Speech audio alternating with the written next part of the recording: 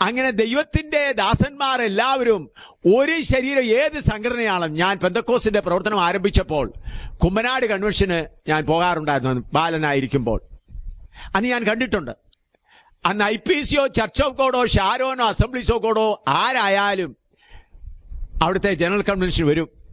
ആ ഒടുവിലത്തെ ഹല്ലേലൂയ പാട്ട് പാടി തമ്മിൽ പിരിയുന്ന മുമ്പേ ചേട്ടാനുജന്മാരെ പോലെയാണ് എല്ലാ സഭയുടെ നേതാക്കന്മാരും ഒന്നിച്ച് സ്റ്റേജിൽ നിന്നുകൊണ്ട് കണ്ണുനീരോടുകൂടെ അങ്ങോട്ടും ഇങ്ങോട്ടും ആലിങ്ങനെ ചുംബനം ചെയ്യും.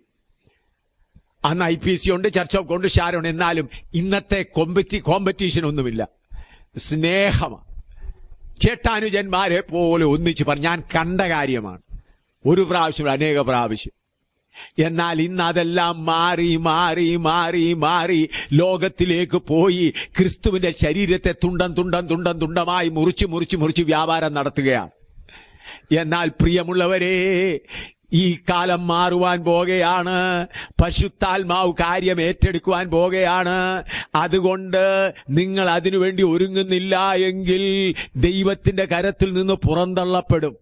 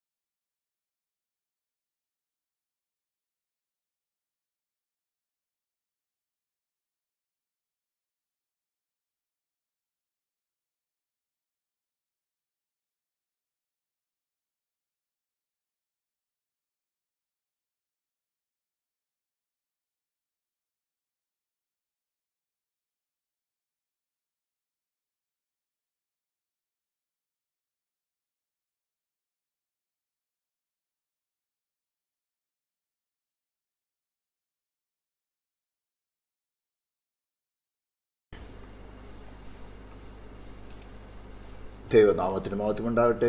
വീണ്ടും വരുന്നവനായ നമ്മുടെ കർത്താവ് യേശു ക്രിസ്തുവിൻ്റെ അതിശ്രേഷ്ഠമായ നാമത്തിൽ ബ്രൈഡ് ഓഫ് ക്രൈസ്റ്റ് എന്ന യൂട്യൂബ് ചാനലിലേക്ക് ശ്രോതാക്കൾ നിങ്ങളെവരെയും വീണ്ടും സ്വാഗതം ചെയ്യുന്ന സന്തോഷമുണ്ട്. Are the foundation of these leaders in Christ, ഈ നേതാക്കളുടെ അടിസ്ഥാന ക്രിസ്തുവിലാണോ എന്നൊരു ചോദ്യമായിട്ട് അല്പസമയത്തേക്ക് നിങ്ങളുടെ മുമ്പിലായിരിക്കാൻ ആഗ്രഹിക്കുകയാണ്. Are the foundations of Islam factual എന്ന് ഏകദേശം 19 എപ്പിസോഡുകൾ ചെയ്തിട്ട് 4-5 ദിവസമായുള്ള ഇസ്ലാം കമ്മ്യൂണിറ്റി അനേക ചോദ്യങ്ങൾ വന്ന് അതിനൊക്കെ വളരെ സ്പഷ്ടമായിട്ട് ഹിസ്റ്റോറിക്കലായിട്ടും ബിബ്ലിക്കലായിട്ടും ഖുർആനിൽ നിന്നും വാക്യങ്ങൾ എടുത്തുകൊണ്ട് പ്രത്യേകിച്ചും യേശു ക്രിസ്തുവിൻ്റെ പ്രായശ്ചിത്തം കൂടാതെ ഒരു പാപക്ഷമയില്ല ധൈര്യമായിട്ട് എനിക്ക് ചങ്കൂറ്റത്തോടെ പറയാമെന്ന് അവരെല്ലാം വായടച്ച സമയത്താണ് ഈ 2025 ഡിസംബർ ആദ്യ ആഴ്ചയിൽ തന്നെ കേരളത്തിൻ്റെ ഏറ്റവും പ്രസിദ്ധമായിരിക്കുന്ന കുമ്പനാട് IPCയിലെ അടിപ്പിടികളെ കുറിച്ചുകൊണ്ട് വളരെ ലജ്ജാകരമായ വാർത്ത വന്നിരിക്കുന്നത്. വായ തുറക്കാൻ പറ്റാതെ വണ്ണം അടച്ചു കളഞ്ഞു. വായ തുറക്കാൻ പറ്റാതെ വണ്ണം അടയ്ക്കാണ്. മുസ്ലിംസ് എൻ്റെ അടുത്ത് യുക്തിപരമായും വളരെ മോശമായ രീതിയിൽ നിങ്ങൾക്ക് വേണമെങ്കിൽ എപ്പിസോഡിലേക്ക് കാണാൻ സാധിക്കും. ഞാനൊന്നും കമൻസ് ഡിലീറ്റ് ചെയ്തിട്ടില്ല, പക്ഷേ അവരോടെല്ലാം വളരെ വ്യക്തമായിട്ട് മറുപടികൾ കൊടുക്കാൻ പറ്റിയായിരുന്നു. എന്നാൽ ഈ വിഷയത്തിൽ ഞാൻ IPC കുമ്പനാട് ലീഡർഷിപ്പിനെ അവർ കുറ്റം വിധിക്കാൻ ആഗ്രഹിക്കുന്നില്ല, അതെൻ്റെ ജോലിയുമല്ല. പക്ഷേ വളരെ ദൈവാത്മാവിനെ നിർബന്ധിച്ചതുകൊണ്ട് അത് ഞാൻ മുമ്പ് സ്ലൈഡ് കാണിച്ചിരിക്കുന്നത് ഇത് IPCയിലും മറ്റ് പെന്തക്കോസ്ത് ചർച്ചകളിലെ ലീഡേഴ്സിന് വേണ്ടിയല്ല, എന്നെ പോലെ ക്രിസ്തുവിനുള്ള സ്നേഹത്തിൽ ദൈവാത്മാവിനാൽ പണിയപ്പെട്ടുകൊണ്ടിരിക്കുന്ന, പിതാവിനാൽ ആകർഷിക്കപ്പെട്ട് ദൈവാത്മാവിനാൽ ക്രിസ്തുവിലേക്ക് വന്ന് നാടും വീടും നാമതയെ കൂട്ടൊക്കെ വിറ്റുകൊണ്ട് കളഞ്ഞുകൊണ്ട് കട്ടടയിൽ നിന്നടി പരിഹാസത്തിൻ്റെ ഉപദ്രവത്തിൻ്റെയും, പ്രത്യേകിച്ചും തൃശ്ശൂർ ജില്ലയിൽ പോട്ട, ജെറുസലേം, അതിന് കുറച്ചിപ്പുറത്ത് സൗത്തിലേക്ക് പോയാൽ മറ്റൊരിടം, ലക്ഷക്കണക്കിന് ആൾക്കാർ കത്തോലിക്കിൻ്റെ സെൻറ്ററായിരിക്കുന്നതിനിടയിലാണ് ഞാൻ താമസിക്കുന്നത്. 2000-ഓളം വരുന്ന കത്തോലിക്കരുടെയും ഹൈന്ദവരുടെയും മുമ്പിൽ ഏക കുടുംബമായിട്ട് ഞാൻ ഒറ്റയ്ക്കാണ് ഞാൻ വിശ്വാസത്തിൽ ഇറങ്ങി തിരിച്ചത്. ലോകത്തിൽ പെന്തിക്കോസ് എന്നൊരു വർഗമുണ്ടതുപോലെ അറിയാത്ര മൂഢതയിലായിരുന്നിടത്തായിരുന്നു ദൈവത്തിൻ്റെ ആത്മാവ് എന്നെ പൊക്കിയെടുത്തത്. ആ സ്നേഹത്തിലാണ് ഞാൻ ഇന്നും നിൽക്കുന്നത്. അപ്പോൾ ഇതേപോലെ എന്നെപ്പോലെ കർത്താവിനാൽ ആകർഷിക്കപ്പെട്ട്, എന്നെ അയച്ച പിതാവിനാൽ ആകർഷിക്കപ്പെട്ടെന്ന് കർത്താവ് പറഞ്ഞതുപോലെ അവൻ്റെ അടുത്ത് വന്നവർക്കൊക്കെ ഇത് ചെറിയ ഹൃദയത്തിൽ നോവുണ്ടാവാൻ സാധ്യതയുണ്ട്. പ്രത്യേകിച്ചും കുടുംബത്തിൽ നിന്ന് ചില സഹോദരിമാർ ഒറ്റയ്ക്ക് ഇറങ്ങി തിരിച്ചവരുണ്ട്, ചില സഹോദരന്മാർ ഭാര്യമാർ കൂടാതെ എത്തിത്തിരിച്ചിട്ടുണ്ട്, ചിലർ മാതാപിതാക്കൾ വരാതെ തന്നെ കുടുംബത്തിൽ ഒറ്റത്തിരിക്കുന്ന പെൺകുഞ്ഞുങ്ങളുണ്ട്, ആൺമക്കളുണ്ട്, വിവാഹപ്രായം എത്തി നിൽക്കുന്ന കുഞ്ഞുങ്ങൾ. അവരുടെ ഹൃദയത്തിലൊക്കെ വലിയ ആഘാതമായിരിക്കുമ്പോൾ ഞാൻ നിങ്ങളെ പറഞ്ഞ് ധൈര്യപ്പെടുത്തുവാൻ, പ്രബോധിപ്പിക്കുവാൻ, ഉറപ്പിക്കാൻ ആഗ്രഹിക്കുന്നത്, നിങ്ങളുടെ അടിസ്ഥാനം ക്രിസ്തുവിൽ ആണോ ഇല്ലയോ എന്ന് നിങ്ങൾക്ക് രുചിച്ചറിയുവാൻ തക്കവണ്ണം ഏറ്റവും നല്ലൊരു അനുഭവം മാത്രമായിട്ട് ഇതിനെ കണക്കാക്കുക. ഞാൻ വീണ്ടും പറയുന്നു, നിങ്ങളുടെ അടിസ്ഥാനം ക്രിസ്തുവിൽ മാത്രമാണോ എന്ന് നിങ്ങൾക്ക് തന്നെ ഒന്ന് പരിശോധിച്ചറിയുവാൻ മാത്രമായിട്ട് ഈ ഒരു സംഭവത്തെ കണക്കിടുക. 2 കൊരിന്ത്യൻസ് 11-ാം അധ്യായത്തിൻ്റെ 5-ാം വാക്യത്തിൽ ഞാൻ മലയാളത്തിൽ വായിക്കുന്നു, നിങ്ങൾ വിശ്വാസത്തിലിരിക്കുന്നുവോ എന്ന് നിങ്ങളെ തന്നെ പരീക്ഷിപ്പി. ഇത് നല്ലൊരു സുവർണാവസരമാണ്. വിശ്വാസത്തിലിരിക്കുന്നു. നിങ്ങളുടെ വിശ്വാസം ഡിനോമിനേഷൻ ആണെങ്കിൽ ഇപ്പോൾ നിങ്ങൾക്ക് വല്ലാത്ത ആദിയുണ്ടാവും. ഈ സംഭവങ്ങളൊക്കെ കേൾക്കുമ്പോൾ നിങ്ങൾക്ക് വല്ലാത്ത ബുദ്ധിമുട്ടുണ്ടാവും. നിങ്ങളുടെ വിശ്വാസം ഡിനോമിനേഷൻ അല്ല, IPC, church of God, Sharon അങ്ങനെ തുടങ്ങിയ പേരെടുത്ത സഭകളിലല്ല. നിങ്ങളുടെ ഹൃദയത്തിൽ വസിക്കുന്ന ക്രിസ്തുവിലാണ് നിങ്ങളുടെ അടിസ്ഥാനമെങ്കിൽ നിങ്ങൾക്ക് എത്ര കൊടുങ്കാറ്റടിച്ചാലും കുലുങ്ങയില്ല. എൻ്റെ വിശ്വാസ ജീവിതത്തിൽ 10-30 വർഷത്തിൽ ഞാൻ പറഞ്ഞല്ലോ, തൃശ്ശൂർ ജില്ലയിൽ പോട്ട, ഡിവൈൻ, ജെറുസലേം, ഇതിൻ്റെ മധ്യത്തിൽ ഏറ്റവും അടുത്ത് പോട്ടയിൽ നിന്ന് 1 കിലോമീറ്റർ ദൂരെ ഞാൻ താമസിക്കുന്നത്. ഇതിൻ്റെ മധ്യത്തിൽ ഇത്തരം ദുഷ്ടാത്മാക്കളുമായിട്ട് ഫൈറ്റ് ചെയ്ത് അതിനിടയിൽ വസിക്കുമ്പോൾ ഞാൻ ചങ്കൂറ്റത്തോടെ എൻ്റെ കർത്താവ് നിർത്തിയിരിക്കുന്നത്. കാരണം എൻ്റെ ഫൗണ്ടേഷൻ ഡിനോമിനേഷനല്ല, എൻ്റെ ഫൗണ്ടേഷൻ ക്രിസ്തുവിലാണെന്ന് എനിക്ക് നല്ല ഉറപ്പുണ്ട്. ദിനം പ്രതി പുതുക്കി വരുന്നുള്ളൂ. അപ്പോൾ ഞാൻ എനിക്ക് വേണ്ടിയല്ല, അല്ലെങ്കിൽ പേരെടുക്കാൻ വേണ്ടിയല്ല, എന്നെപ്പോലെ ക്രിസ്തുവിൻ്റെ ക്രിസ്തു എന്ന അടിസ്ഥാനത്തിൽ ഫൗണ്ടേഷൻ ഉള്ളവരാണെങ്കിൽ നിങ്ങൾക്ക് നല്ലൊരു സുവർണാവസരമായിട്ട് കണക്കിടുക. നിങ്ങൾക്ക് മനസ്സിലായി നിങ്ങളുടെ ഫൗണ്ടേഷൻ ക്രിസ്തുവിലാണോ ഡിനോമിനേഷനുകളാണോ. ഇനി ചിലർ കൂട്ടരുണ്ട് ദൈവവചനത്തിൽ മാത്രം ഫൗണ്ടേഷൻ വെച്ചിരിക്കും. തെറ്റരുത്. ദൈവവചനം അല്ലെങ്കിൽ വിശുദ്ധ ബൈബിൾ നമുക്ക് തന്നിരിക്കുന്നത് നാം ആരാണെന്നും നമുക്ക് വേണ്ടി ക്രിസ്തു ആരാണെന്നും നമ്മെ പരിചയപ്പെടുത്തിയിട്ട് നമ്മളിൽ ക്രിസ്തുവിൻ്റെ ഡീപ്പ് നെസസിറ്റി, ഒഴിച്ചുകൂടാൻ കഴിയാത്തതായ ആവശ്യകത നമുക്ക് വെളിപ്പെടുത്തി തന്ന് നമ്മെ ക്രിസ്തു മാതിരി ദൈവത്തോട് നിരപ്പിച്ച് ക്രിസ്തുവിൽ നമ്മെ തന്നോട് സദൃശ്യന്മാരാക്കി തീർത്ത്, അല്ലെങ്കിൽ ക്രിസ്തു എന്ന തലയോളം വളർത്തിയെടുക്കുക എന്ന ലക്ഷ്യത്തോടു കൂടിയാണ് ദൈവം ഈ ദൈവവചനങ്ങൾ നമുക്ക് തന്നിരിക്കുന്നത്. അപ്പോൾ നിങ്ങളുടെ ആശ്രയം ദൈവവചനത്തിൽ ഉപദേശത്തിൽ മാത്രമായാൽ പെർഫെക്റ്റ് ഡോക്ടറിനായിരിക്കാം, സ്റ്റിൽ നിങ്ങളുടെ ഫൗണ്ടേഷൻ ക്രിസ്തുവിലല്ല, ഉപദേശത്തിലാണ്. ചിലപ്പോൾ സത്യം ഉപദേശിക്കുന്ന പാസ്റ്റർമാരിൽ ഉപദേശികളിലായിരിക്കാം നിങ്ങളുടെ ഫൗണ്ടേഷൻ. ഇതൊക്കെ ശോധന ചെയ്യാൻ പറ്റിയ സമയമാണ്. നല്ല പെർഫെക്റ്റായിട്ട് വചനം 2-3 തെളിവുകളോടുകൂടെ പഠിപ്പിക്കുന്ന പാസ്റ്റർമാരിലാണ് നിങ്ങളുടെ ആശ്രയമെങ്കിൽ ആ പാസ്റ്റർമാരെ കർത്താവ് എടുത്തു പോയപ്പോൾ നിങ്ങളുടെ ഫൗണ്ടേഷൻ കൊളാപ്സ് ആവും. അനുഭവം നിങ്ങൾക്ക് നല്ലവണ്ണം അറിയാം. അതുകൊണ്ട് നിങ്ങളുടെ ഫൗണ്ടേഷൻ ഉപദേശത്തിലാണോ, ചില നോഷൻസിലാണോ, ചില പാസ്റ്റർമാരിലാണോ, ചില ഡിനോമിനേഷനുകളിലാണോ, ഇങ്ങനെ ഏതെങ്കിലും ആണോ എന്നൊന്ന് പരിശോധിച്ച് നോക്കുവാൻ ഈ ഒരു അവസരത്തെ നല്ലവണ്ണം തിരഞ്ഞെടുക്കുക. എന്നിട്ട് നിങ്ങളുടെ വിശ്വാസം, അതായത് ആശ്രയം ഉയർത്തെഴുന്നേറ്റവനെ ക്രിസ്തുവിൽ ആണോ അല്ലേ നല്ലവണ്ണം ഉറപ്പുവരുത്തുക. അല്ലെങ്കിൽ ഇപ്പോൾ മറ്റു വ്യാജമായ വിശ്വാസങ്ങളെ തച്ചുടയ്ക്കുക. ഇതിനൊക്കെ നല്ല അവസരമാണ്. ഞാൻ പ്രത്യേകിച്ചും നമ്മുടെ കൂടുതൽ സഹോദരിമാർ ഈ ആഭരണങ്ങളില്ലാതെ നടക്കുമ്പോൾ അത് കണ്ടിട്ട്, പ്രത്യേകിച്ചും വൈഫിൻ്റെ കൂടെ പോവുകയാണെങ്കിൽ, യാത്ര ചെയ്യുകയാണെങ്കിൽ, വിശ്വാസികളാണോ ആദ്യത്തെ ക്വസ്റ്റ്യൻ. Second question ഏതെന്നറിയാമോ? ഏത് സഭയിലാണ് പോണേ? IPC ആണെങ്കിൽ നമ്പർ 1, ചർച്ച് ഓഫ് ഗോഡ് ആണെങ്കിൽ അടുത്തൊരു ഗ്രേഡ് ശകലം കുറവ്, ഷാരോനാണെങ്കിൽ ഒരച്ചും കൂടി, AG ആണെങ്കിൽ തല കുനിച്ച പോലെയാണ്.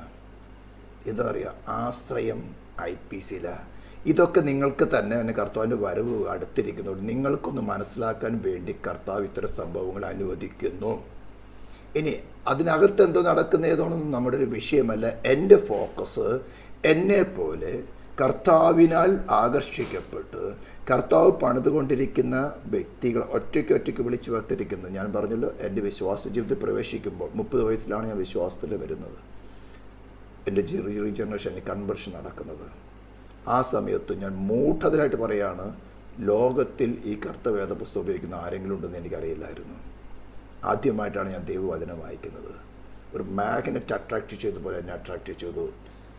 ഇതിലെ സത്യങ്ങൾ ഗ്രഹിക്കാൻ തുടങ്ങിയപ്പോൾ ഞാൻ ദൈവമായിട്ട് ഉടമ്പടി ചെയ്തു. ഈ സത്യവേദ പുസ്തകത്തിൻ്റെ പുറകിൽ ഒരു ദൈവമുണ്ടെങ്കിൽ എൻ്റെ ആയുസ് മുഴുവൻ ഞാൻ ഈ ദൈവത്തിന് വേണ്ടി സേവ ചെയ്യാം. ഇന്ന് ഇത് പ്രസംഗിക്കുന്ന സമയം വരേക്കും എൻ്റെ കർത്താവ് എന്നെ ആ വ്യവസ്ഥയിൽ നിർത്തിയിരിക്കുന്നു. കൊടുങ്കാറ്റുകൾ, ഈശാനം മുതൽ നിന്ദകൾ, പരിഹാസങ്ങൾ. ചാത്തസേവ എന്ന് പറയുന്ന തൃശ്ശൂർ ജില്ലയിലെ വലിയൊരു പ്രതാപകേറിയ സഭയോടെയാണ്. അതിൻ്റെ മുമ്പിൽ മരണത്തെ അഭിമുഖം കണ്ട് കർത്താവ് നിർത്തുന്നു. അടിസ്ഥാനം ക്രിസ്തുവിലായതുകൊണ്ട്. ഹല്ലേലൂയ. അതാണ് ഞാൻ വാക്യങ്ങളൊക്കെ ആദ്യമായിട്ട് കാണിച്ചത്. ഇനി അപ്പോൾ നല്ലവണ്ണം ഉറപ്പാക്കുക, നിങ്ങൾക്ക് വേവറിങ്സ് വരരുത്. കാറ്റുകൾ അടിക്കും. കർത്താവ് തന്നെ പറഞ്ഞല്ലോ, ആഴെക്കുറിച്ച് പാറമേൽ അടിസ്ഥാനമിട്ടാൽ രണ്ടിടത്തും കാറ്റടിക്കും.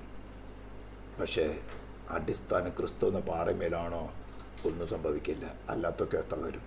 അപ്പോൾ നിങ്ങൾക്ക് നല്ലൊരു അവസരമായിട്ട് ഇത് കണക്കിടാം. ഇനി ഇത്തരം വേണ്ടത്രതായിട്ടുള്ള സ്ലൈഡുകൾ, ജാതികൾ, മറ്റൊരെല്ലാം തന്നെ യൂട്യൂബ് നിറഞ്ഞ് ഫ്ലറിഷ് ചെയ്തിരിക്കുകയാണ്. ഞാനത് ചില എന്താ തംബ്നെയിൽസാണ് എടുത്ത് ഞങ്ങൾക്ക് ആ ഫസ്റ്റ് ആർട്ടിക്കിളൊന്ന് കാണിച്ചിരിക്കുന്നത്. വളരെ മോശകരമായ ലാംഗ്വേജ് ഉപയോഗിക്കുന്നവരുണ്ട്, നിന്ദാകരമായ ലാംഗ്വേജ് ഉപയോഗിക്കുന്നവരുണ്ട്. ഇതെല്ലാം കേട്ട് പെട്ടെന്ന് ഇമോഷനിൽ കടന്നു വന്ന് കർത്താവിനെ നിന്ദിക്കുന്ന വിധത്തിൽ ഒന്നും പറയാതിരിക്കാനും കൂടി ശ്രമിക്കുക എന്ന് ഞാൻ പറയുന്നത്. കാരണം നമ്മൾ എസെക്കിയേലിന്റെ പ്രവചന പുസ്തകം വായിക്കുകയാണെങ്കിൽ, യെരമ്യാവ് എസെക്കിയേൽ പ്രത്യേകിച്ച് എടുത്ത് വായിക്കുകയാണെങ്കിൽ, പ്രത്യേകിച്ച് എസെക്കിയേലിന്റെ ഒരു 26-ാം അധ്യായം തുടങ്ങി വായിച്ചാൽ, ഞാനൊന്ന് എടുത്തു വച്ചിരിക്കുകയാണ്. എസെക്കിയേൽ പ്രവചനം ചാപ്റ്റർ 26. അപ്പോൾ 26-ന് മുന്ന് പറയുന്നത് 25-20 പറയുന്നത് ഇസ്രായേലിൻ്റെയും യെരുശലേം, അതായത് Israel southern kingdom, northern kingdom എങ്ങനെ പിന്മാറ്റത്തിലേക്ക് പോയി എന്ന് വളരെ മോശകരമായ ലാംഗ്വേജിൽ പറഞ്ഞതിന് ശേഷം 27-ാം അധ്യായത്തിൽ 26-ാം അധ്യായത്തിൽ പറയുന്നത് ഇപ്രകാരമാണ്: 11-ാം ആണ്ട് 1-ാം തീയതി യഹോവയുടെ അരുളപ്പാട് എനിക്ക് ഉണ്ടായത് എന്തെന്നാൽ, മനുഷ്യപുത്ര, യെരൂശലേമിനെ കുറിച്ച് നന്നായി ജാതികളുടെ വാതിലായിരുന്നപ്പോൾ തകർന്നു പോയി. അവർ എങ്കിലേക്ക് തിരിഞ്ഞിരിക്കുന്നു. അവൾ ശൂന്യമായി തീർന്നിരിക്കാൻ ഞാൻ നിറയുമെന്ന് സോർ പറയുന്നത് കൊണ്ട് യഹോവയായ കർത്താവ് ഇപ്രകാരം അരുളി ചെയ്യുന്നു: സോരെ, ഞാൻ നിനക്ക് വിരോധമായിരിക്കുന്നു.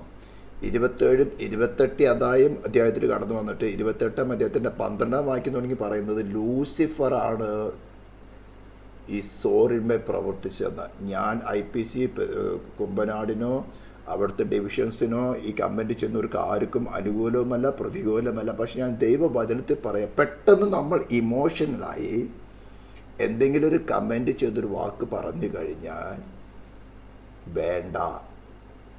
ദൈവം തന്നെ ഇസ്രായേലിനെയും നോർത്തേൺ കിങ്ഡത്തിനെയും സദേൺ കിങ്ഡത്തെയും വളരെ മോശമായ ലാംഗ്വേജ് ഉപയോഗിച്ചാണ് അവിടെ പ്രവാസത്തെക്കുറിച്ചോട്ട് പറഞ്ഞിരിക്കുന്നത്. പക്ഷേ പറഞ്ഞിരിക്കുന്നത് എൻ്റെ ജനം.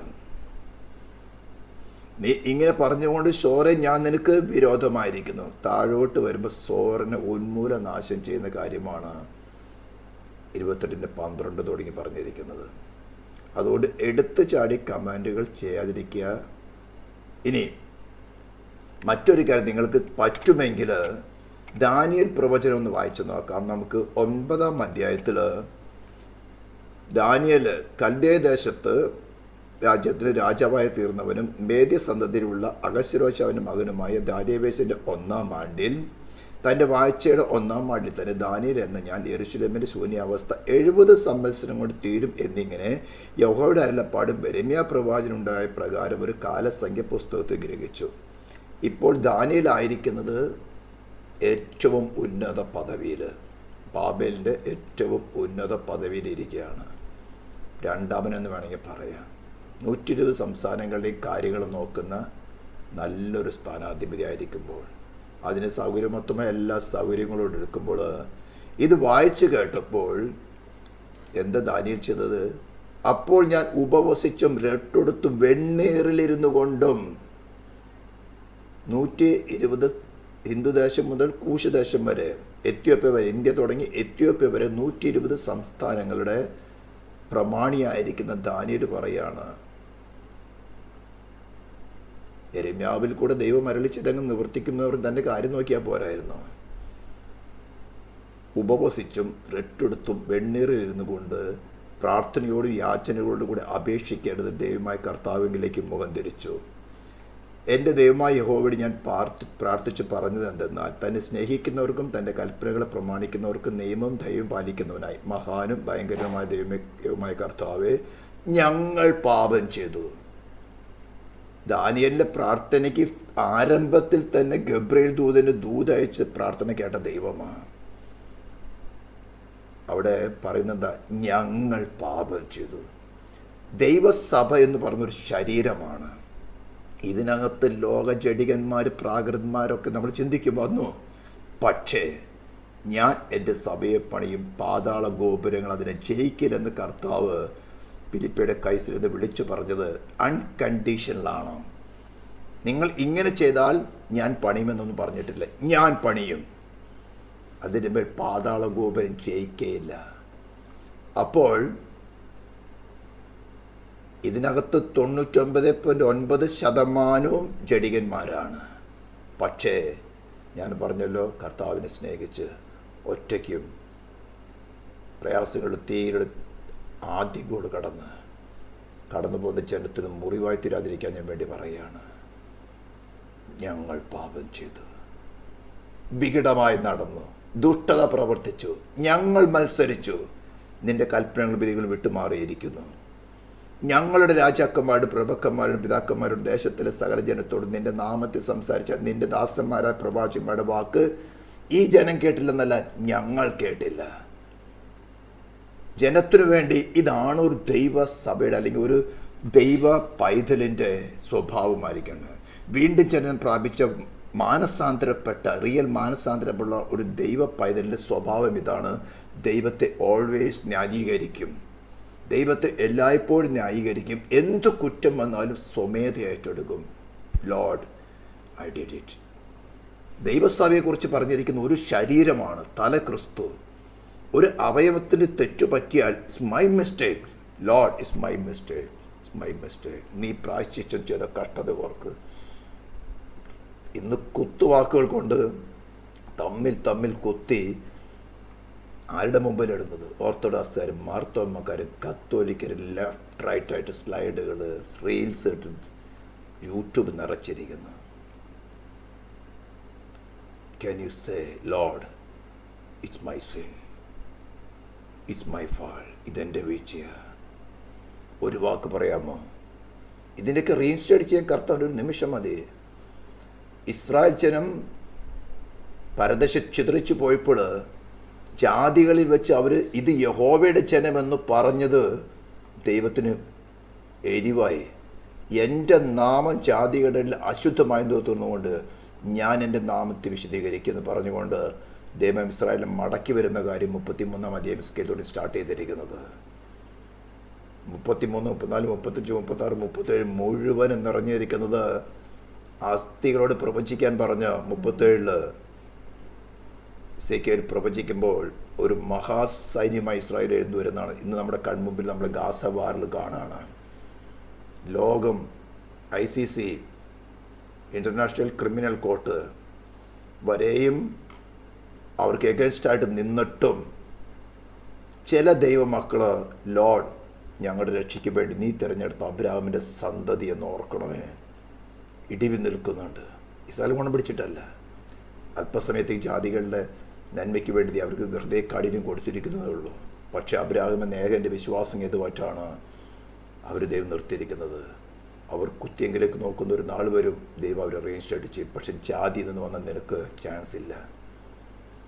ഇത് ദാനിയേലിൻ്റെ പ്രാർത്ഥന. ഇനി നെഹമ്യാവിൻ്റെ പ്രാർത്ഥനയൊന്ന് നോക്കാം നമുക്ക്. നെഹമ്യാവിൻ്റെ 9-ാം അധ്യായം കുറേ കാര്യങ്ങൾ പറയും. 33-ാം വാക്യത്തിലേക്ക് ഞാൻ വരികയാണ് പെട്ടെന്ന്. എന്നാലും നമുക്ക് കുറേ വായിക്കാനുണ്ട്. എല്ലാ കാര്യങ്ങളും പറഞ്ഞതിന് ശേഷം, അതായത് അബ്രാഹാമിനെ വിളിച്ചു തുടങ്ങി നെഹമ്യാ പറഞ്ഞതിന് ശേഷം പറയുകയാണ്, എന്നാൽ ഞങ്ങൾക്ക് ഭവിച്ചതിൽ. നെഹമ്യാ മതിൽ പണിയാൻ കടന്നു വന്നിട്ട് പ്രവാസങ്ങൾക്ക് ശേഷം ദേവരെ തിരിച്ചു കൊണ്ടുവന്നതിന് ശേഷം ജനത്തിനുള്ള അകൃത്യം കണ്ടതിന് ശേഷം പറയുകയാണ്, ഞങ്ങൾക്ക് ഭവിച്ചതിലൊക്കെ നീ നീതിമാൻ. ഇതാ ഞാൻ പറഞ്ഞ മാനസാന്തരപ്പെട്ട ഒരു ദൈവ പൈതൻ്റെ സ്വഭാവം ഇതാണ്. എപ്പോഴും ദൈവത്തെ നീതീകരിക്കും. എന്ത് കുറ്റം വന്നാലും സ്വമേധ ഏറ്റെടുക്കും. Is my mistake.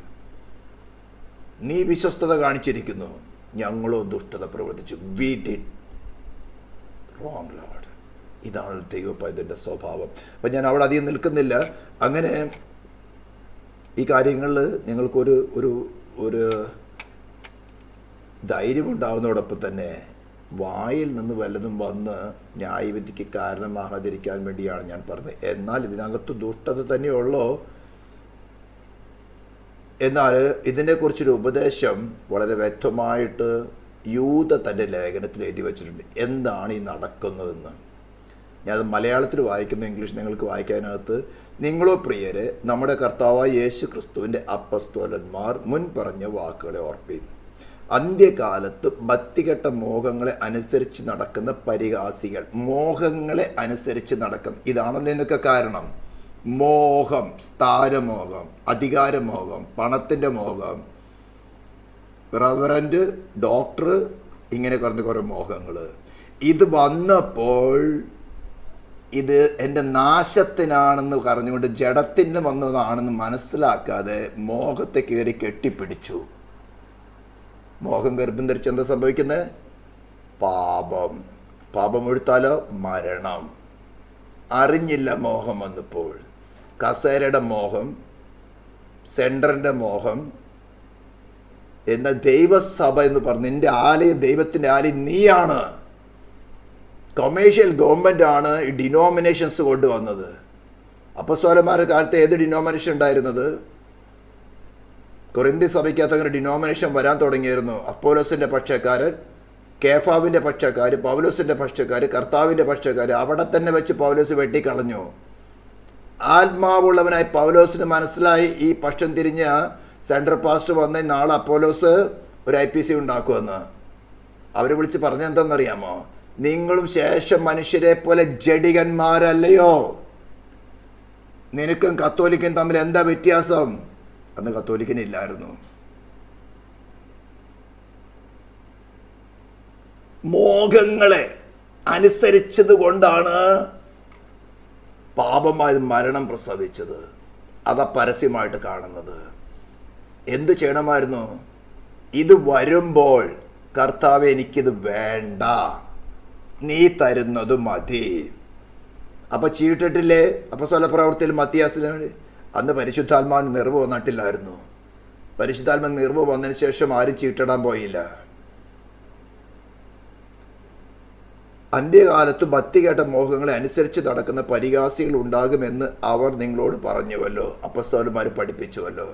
അവർ ഭിന്നത ഉണ്ടാക്കുന്നവർ. ഇപ്പം സംഭവിച്ചതല്ലയോ? പ്രാകൃതന്മാർ, പഴയവന്മാർ തന്നെ. എന്താ? റീജനറേഷൻ നടന്നിട്ടില്ല, കൺവെർഷൻ നടന്നിട്ടില്ല. വീണ്ടും ജന്മം പ്രാപിച്ചിട്ടില്ല. അമ്പലത്തിലെ പൂജാരിയായിരുന്നവൻ എവിടേക്ക് വന്നപ്പോൾ അത് തന്നെയാണ്. പള്ളിയിൽ കുന്തിരിക്കി വീശിക്കൊണ്ടിരുന്നവൻ ഇവിടെ വന്നപ്പോൾ അത് തന്നെയാണ്. അവൻ വന്നപ്പോൾ അവൻ്റെ കൂടെയുള്ള കൊണ്ടുവന്നു. മറ്റേ ഇസബല്ല വന്നപ്പോൾ അവൻ്റെ ദേവയെ, അവൻ്റെ ബാലിനെയും അശ്രേനെയൊക്കെ കൊണ്ടുവന്നത് പോലെ തന്നെ അസൽ പ്രവചനങ്ങളാണ് ഇതൊക്കെ. കുറെ കണ്ടിട്ടാണ് പറയുന്നത്. അമ്പലത്തിൽ നിലവിളക്കിൻ്റെ എണ്ണയും കൊണ്ട് വന്നവൻ്റെയൊക്കെ പല സ്ഥലത്തോട്ട് പിടിച്ചിട്ടാണ് പറയുന്നത്, വെറുതെ പറയുന്നതല്ല. ആത്മാവില്ലാത്തവർ എന്നിട്ട് നിങ്ങളോട് പറയാണ്, നിങ്ങളോ പ്രിയമുള്ളവരെ നിങ്ങളുടെ അതിവിശുദ്ധ വിശ്വാസത്തെ ആധാരമാക്കി, ഞാൻ ആദ്യമേ പറഞ്ഞു, ഇരിക്കുന്നത് ആദ്യമേ ശരിയാണോ അല്ലയോ എന്ന് പരീക്ഷിച്ച് നോക്കുവാൻ ഇത് നല്ല അവസരമാണെന്ന്.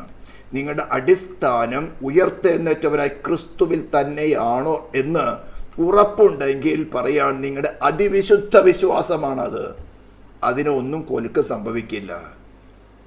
IPC അല്ല, ഏത് PC കിടന്ന് ഇളകിയാലും, തെരുവ് നാടകങ്ങൾ നടന്നാലും തെരുവടി നടന്നാലും നിന്റെ വിശ്വാസം, നിന്റെ അടിസ്ഥാനം ഉയർത്തെഴുന്നേറ്റവനായ ക്രിസ്തുവിനെ കുറിച്ചല്ല, ക്രിസ്തു as a person in you ആധാരമാക്കി നിങ്ങൾക്ക് തന്നെ ആത്മിക വർധന വരുത്തിയും പരിശുദ്ധാത്മാവിൽ പ്രാർത്ഥിച്ചും നിത്യജീവനായിട്ട് നമ്മുടെ കർത്താവായ യേശു ക്രിസ്തുവിൻ്റെ കരുണയ്ക്കായി കാത്തിരുന്നു കൊണ്ട് ദൈവസ്നേഹത്തിൽ നിങ്ങളെ തന്നെ സൂക്ഷിച്ചുകൊള്ളുവേൻ, നിങ്ങളെ തന്നെ സൂക്ഷിച്ചുകൊള്ളുവേൻ. യൂദ പറഞ്ഞതാണ്. യൂദ അപ്പസ്തോലന്മാരെ അവർ പഠിപ്പിച്ച കാര്യം യൂദയുടെ കാലത്ത് സംഭവിച്ചുകൊണ്ടിരിക്കുമ്പോൾ വാണിയും കൊടുത്തും അതേ അതിവിശുദ്ധ വിശ്വാസം, അതായത് ക്രിസ്തുവിൽ അടിസ്ഥാനമുള്ളവർക്ക് ഉപദേശമായിട്ട് പറയുകയാണ്, ഈ വകക്ക് സംഭവിക്കുമെന്ന് നേരത്തെ പറഞ്ഞുവല്ലോ. അതുകൊണ്ട് നിങ്ങൾ എന്ത് ചെയ്യണം?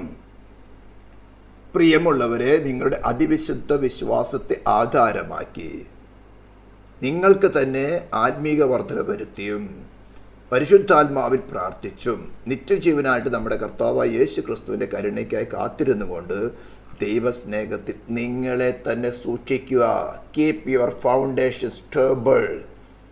ഏത് പ്രശ്നം വന്നാലും നിങ്ങളെ നടത്തുവാൻ ഞാനിത് അനുഭവിച്ചിട്ടാണ് പറയുന്നത്, വെറുതെ തിയറി സ്ഥാപിക്കുകയല്ല. ഉയർത്തെന്നിട്ട് നിങ്ങളിൽ വസിക്കുന്നവൻ സ്വർഗത്തിലും ഭൂമിയിലും സകല അധികാരമുള്ളവനാണ്.